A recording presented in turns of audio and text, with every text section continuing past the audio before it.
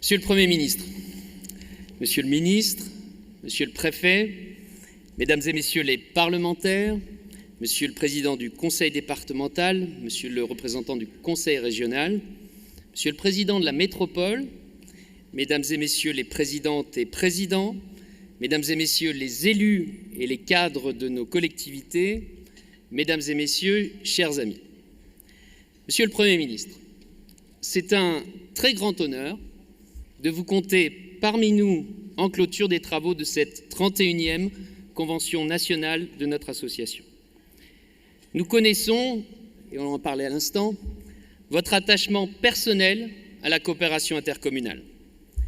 Vous nous en aviez fait part dès notre première rencontre en décembre dernier avec Sébastien Mossec, président délégué, et Virginie Carolo-Luttrau, première vice-présidente. Nous avions alors pu constater que nous partagions sans doute une même ambition, celle de repenser les relations contractuelles entre l'État et les collectivités. Le plan de relance était l'occasion de passer aux travaux pratiques tout en s'inscrivant dans la durée de nos mandats. Nous avions eu l'occasion de vous dire combien nous partagions les objectifs des CRTE. Notre seule réserve concernait les calendriers. Mais vous avez su faire preuve de souplesse, la qualité devant primer sur la quantité. C'est bien sur le thème de la relance qu'ont porté l'essentiel de nos travaux. Les 1700 congressistes qui y ont pris part témoignent de la mobilisation des intercommunalités de France.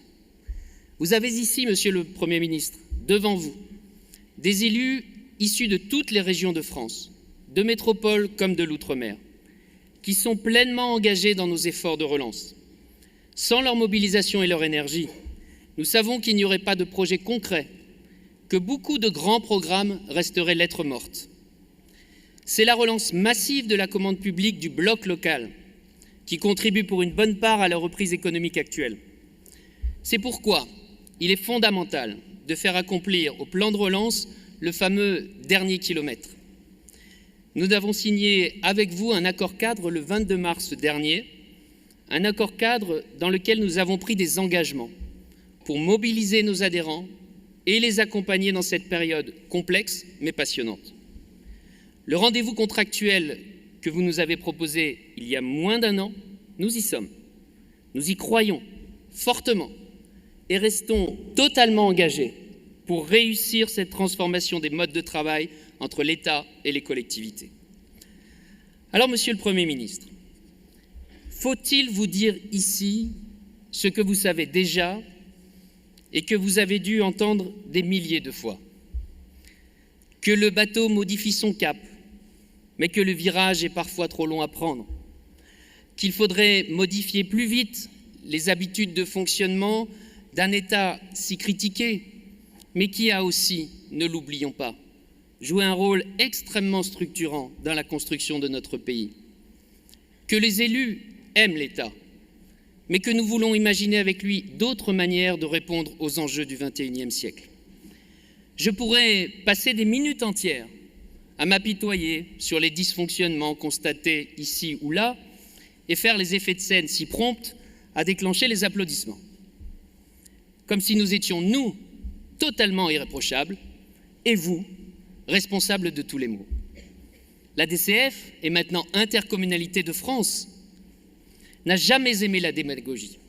Et si les équipes changent, son esprit reste.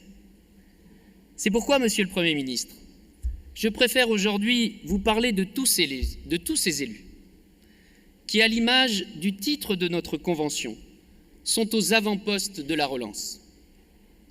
Ceux qui, partout sur le territoire, qu'ils agissent dans le cadre de la plus petite communauté de communes ou de la plus grande métropole, inventent, innovent et veulent donner le meilleur à leurs concitoyens. Pour eux, nul besoin de faire de grands discours sur tel ou tel projet de loi, sur la prochaine mesure qui peut agiter les cénacles parisiens pendant des heures, des semaines ou des mois. Ce qu'ils veulent, eux, ce que nous voulons, nous, c'est agir. Agir dans un cadre stable, dans un cadre simple, dans une relation de confiance avec l'État et avec des moyens pérennes et confortés.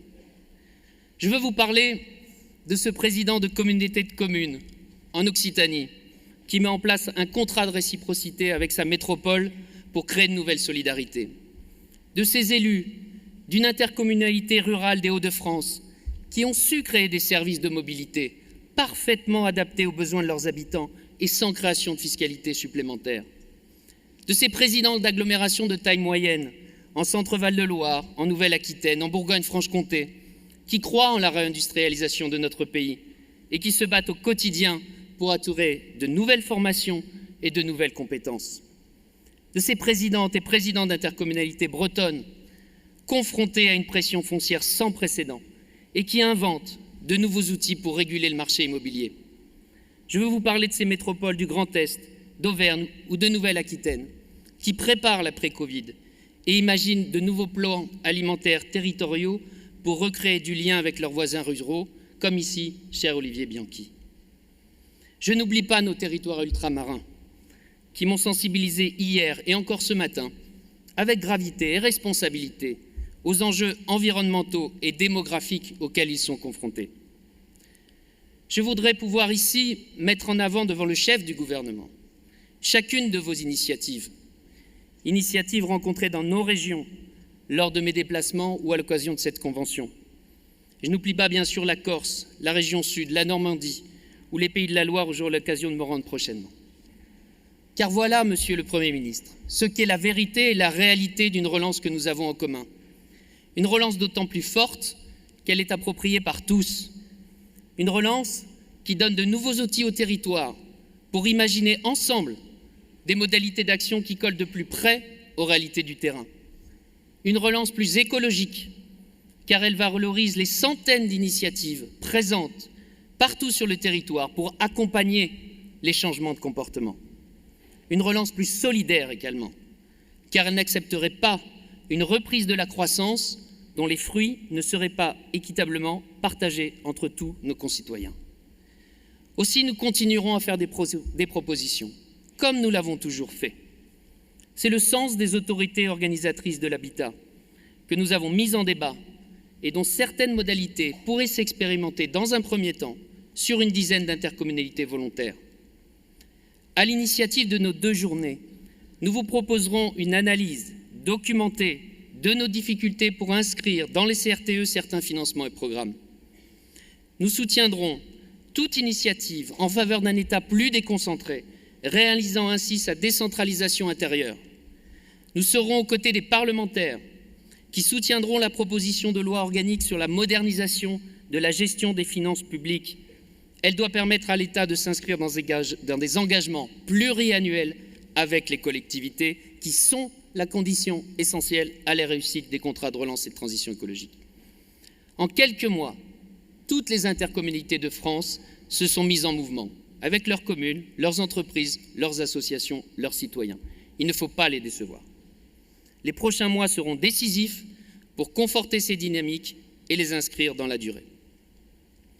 Monsieur le Premier ministre, nos travaux nous ont également conduits à évoquer l'actualité législative avec le projet de loi 3DS. Nous l'avons dit avec force hier devant Jacqueline Gouraud. Nous avons même lancé un appel de Clermont que nous allons vous remettre pour que ce projet de loi demeure un texte utile pour tous. Un texte qui soit profitable aux relations État-collectivité, mais qu'il ne devienne pas un facteur de division ou de retour en arrière. Nous comptons sur votre investissement personnel, Monsieur le Premier ministre, dans ce débat et sur la sagesse des parlementaires pour que le texte de loi aille dans ce sens. Les prochains mois seront marqués par d'intenses débats publics. Les campagnes des élections présidentielles et législatives ne manqueront pas de propositions. Nous voulons, nous aussi, y prendre part. C'est pourquoi nous avons adopté notre propre manifeste qui sera adressé aux différents candidats. Je ne peux pas détailler toutes nos propositions, mais je voudrais mettre l'accent sur les sujets qui ont été débattus ici même il y a un instant. Nous savons quelle place va prendre la transition énergétique et écologique dans nos territoires. Nos intercommunalités, à travers leurs compétences, vont en être des chefs d'orchestre majeurs. Nous pensons qu'il faudra revoir en profondeur les systèmes de financement et de tarification des compétences écologiques. Il faudra également repenser l'affectation de certains impôts ou redevances pour appliquer pleinement le principe pollueur-payeur à la place du principe pollué-payeur.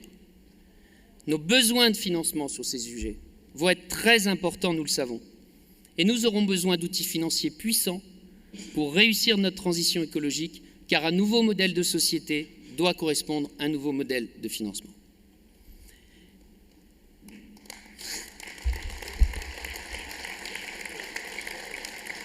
Quand on commence à parler d'argent, on se fait applaudir. Monsieur le Premier ministre, vous l'avez compris, vous avez en face de vous des élus déterminés et mobilisés. Notre association est à leur image, inventive, opiniâtre, ancrée dans les territoires et exigeante avec ses interlocuteurs parce qu'elle était même exigeante avec elle-même.